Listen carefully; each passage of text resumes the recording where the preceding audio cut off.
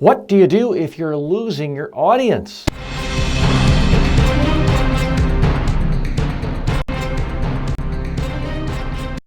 Speaking, the show about effective speaking in public, to the media, at work, and in life. Speaking with TJ Walker. This question comes from Tex Ragsdale writing in from our YouTube page. He says, TJ, should you cut a speech short if you see that the audience looks bored? Well, Tex, this does happen from time. It happens to everyone. It's happened to me. I don't care how good a speaker you are. It will happen from time to time. Everything seems like it's going well. You're hitting your points. You're telling your stories. You're engaging. You're doing everything as you plan, and still you might see people with their arms crossed, looking down at their cell phones. Or maybe they're being respectful, but their faces are just completely blank. What do you do? Now, I understand your impulse to cut it short, finish up, wrap up quickly. Occasionally that could be the best choice, but I don't think that is necessarily your first option you want to choose for. If the audience looks bored, that's telling you something's wrong with you quite often. You're not giving them information that is as interesting or as relevant as it could be. So the first checklist you should go through when you're thinking in front of people is, what can I say that's more interesting to these people? How can I make my ideas more interesting? It may be that you're going deeper and deeper into a particular area and that example just isn't interesting to people, or that particular point doesn't resonate with them. Go to the next one. Part of being a great speaker is you have to be flexible. Yes, you do have to have a plan. You do need a structure. You do need an outline. I'm a big fan of using notes. But don't be wedded to it. If you can see everybody's eyes just glazy and not looking like they're totally into you, try something else. So that's my first instinct, not to wrap up quickly, but to switch topics, or at least messages. You may have the same topic for the whole speech, but you need to find a different message that resonates. Also, try to engage the audience. Stop and ask an audience member a question. Also, challenge yourself. Are you being as interesting and compelling as possible? Or are you doing what most speakers do, sort of standing behind a lectern, everything at the same pace, the same speed, and the same volume? There's not enough variety there. Now, you mentioned if the audience looks bored. Let's go into that in a little more detail. Body language. Today's body language segment is not about you, the speaker. It is about the body language of the audience. If you want to be a truly great speaker, you have to be keenly aware of the body language that your audience is sending. If they're constantly shifting as if they're uncomfortable, if they're sitting way back as if they are really way too comfortable, those can be problem signs. If they're not looking at you, that's a problem sign. And of course, in most cases, the worst situation is if they are holding up a cell phone and typing. Now, it could be that they think you're saying something so brilliant, so insightful, they're quoting you and tweeting it. So I don't want to say it's automatically a bad sign if people have their cell phones out. And certainly these days with millennials, they might be capturing video of you and tweeting that, posting that on Snapchat. But let's not kid ourselves. In my experience, when audience members are on their cell phone, they're checking their email, they're checking the sports scores, they're chatting with friends on Snapchat, on Facebook, they're looking at posts on Pinterest. They're not looking at you, or maybe they're half listening to you, half focusing on that. That is a sign of true failure.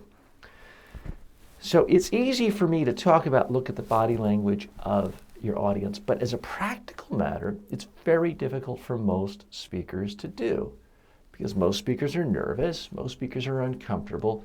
So they are fixated on their slide deck, which might be behind them that they're projecting. They're focused on a full written script, even though you've heard me say 1,000 times, don't use a full written script.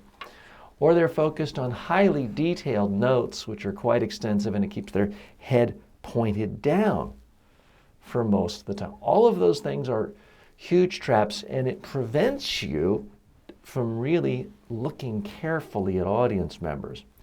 The other big problem, frankly, is that if you don't speak a lot and you're nervous, you don't actually see individual audience members. You just kind of look out and you see this mass of people. You see this mass of people and you're kind of nervous and you're thinking, okay, let me get through this. Let me get to the next point. Me, what's next for me? And you don't actually notice what the audience is doing. So much of getting good at this is you have to be comfortable enough to really look at the audience, not think of anything, and focus on them to see what they're doing. Only then can you make a judgment of, do you need to switch messages? Do you need to go to a different example? Are you somehow too dated? Are you speaking too slowly? Or are there other issues involved? And let's go over some of these other issues. Inside Dope, the craft of media and presentation training. Sometimes it's just mundane stuff. It's the temperature of the room. If it's too hot, if it's too cold, people are covering themselves up, crossing their arms. It's not necessarily because they are trying to shut you off. They're just cold. So part of being a good speaker is you have to think about, how is this room for the audience? Now, you can't always control the room. If you're speaking at a big hotel, a big conference in Las Vegas, and you're one of 50 speakers for the day, and there's 1,000 people in the room, you're not necessarily going to know how the room feels everywhere, nor are you going to be able to control the master switch for the thermostat. But if it is a room in your own building, your own office, anything you control, you should be aware of that. Now, as a speaker, if you're a little bit nervous, chances are you're a little bit heated, especially if you're walking around as you should be.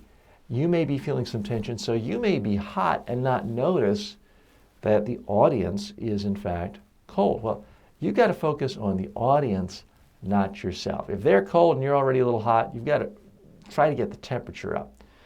That's part of the issue. If you are speaking to them for a lengthy period of time, you need to get bathroom breaks. I know this sounds mundane. This doesn't sound like brilliant strategic insider advice, but often people forget these little details. So you need to think about all of it. Now, sometimes you may be slated to speak at 10:30 and there's a break at 11, but everyone's running late. And now you don't get to start speaking until 11:05. You may have to make a judgment call and just say, hey, before we start, let's all run to the restroom and I'm going to start in 3 minutes, even if the organizer hadn't planned it that way. Believe me, your audience will thank you and they will show their appreciation by actually focusing on you more. If a speaker's relationship with the audience is like any other relationship. It can go well, it can go poorly. If you reciprocate, it tends to go better. If you show concern for the other party, they will most likely show more of a concern for you. Now, in a moment, I want to focus on specific things of what not to do if you feel like you're really losing the audience. What not to say and do. Worst thing you could possibly say is, uh-oh, I can see I'm losing you. Let me just wrap this up quickly. Because maybe half of the audience, maybe the third of the audience thought everything was fine. They found you interesting. Maybe you just got distracted by one or two people who were bored or out of it or just hadn't slept that night. Other people thought you were doing things well, but by announcing to the world that you think you're bombing, you're planting seeds of negativity in the audience. And part of them think, well, you're smart. If you think your speech is awful, hey, you must be right. It must be awful. So if you're going to shorten the speech, my advice is don't tell anyone you're doing it. And don't do it and announce that you're doing it as a sign of defeat. Simply finish your presentation, act like you said everything you want to say, and act like you can't believe how well this presentation went. Do that. There's a crowd psychology. You will affect not everyone. If some people genuinely thought you were awful or boring, you're not going to change their opinion. But for other people, you may actually convince them, and they may walk away with the sense that you were confident, you were authoritative, you were actually good and interesting. Now, the other thing you can't do is just assume because someone is falling asleep or looks totally bored that it's a reflection that you're losing the audience. If you're talking to a larger group, 100 people or so, there's always somebody who didn't sleep that night. There's always someone who got stuck on a plane in coach and now hasn't slept in 2 days. You could be the most interesting, fascinating speaker in the history of the world. They would still be nodding off. So don't beat yourself up if you can't win everyone. And don't give all your attention to those people. Instead, focus on the audience you do have.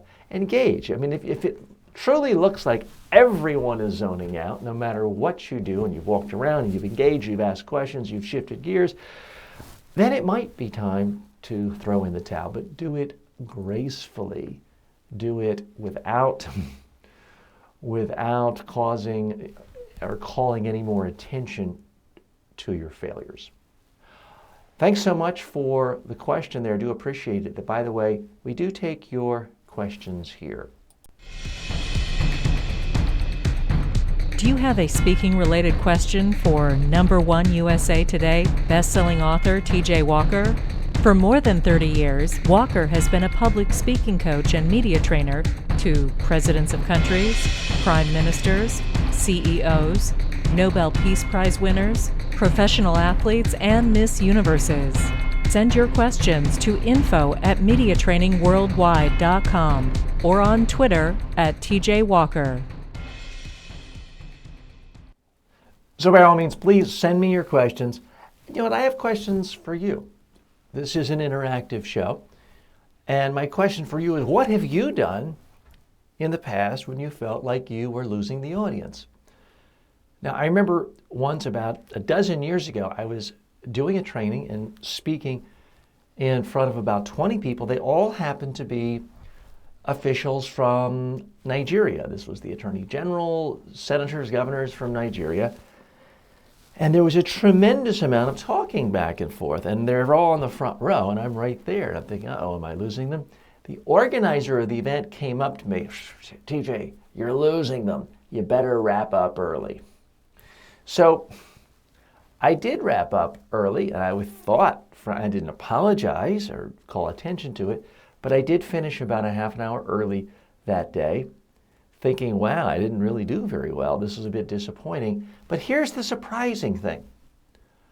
The second I finished, all of the trainees sort of rushed up to me and they fought with each other over who could take their picture with me first. They actually liked me. They liked the training. It was, I guess, just a bit of a cultural thing where it was considered common and normal to talk the entire time throughout the presentation. So in that case, I think I misjudged slightly, and the conference organizer did as well. So you never completely know. All you can do is do your very best, focus on it, try a few things, and if you do throw in the flag, if you do call it quits, do so with grace.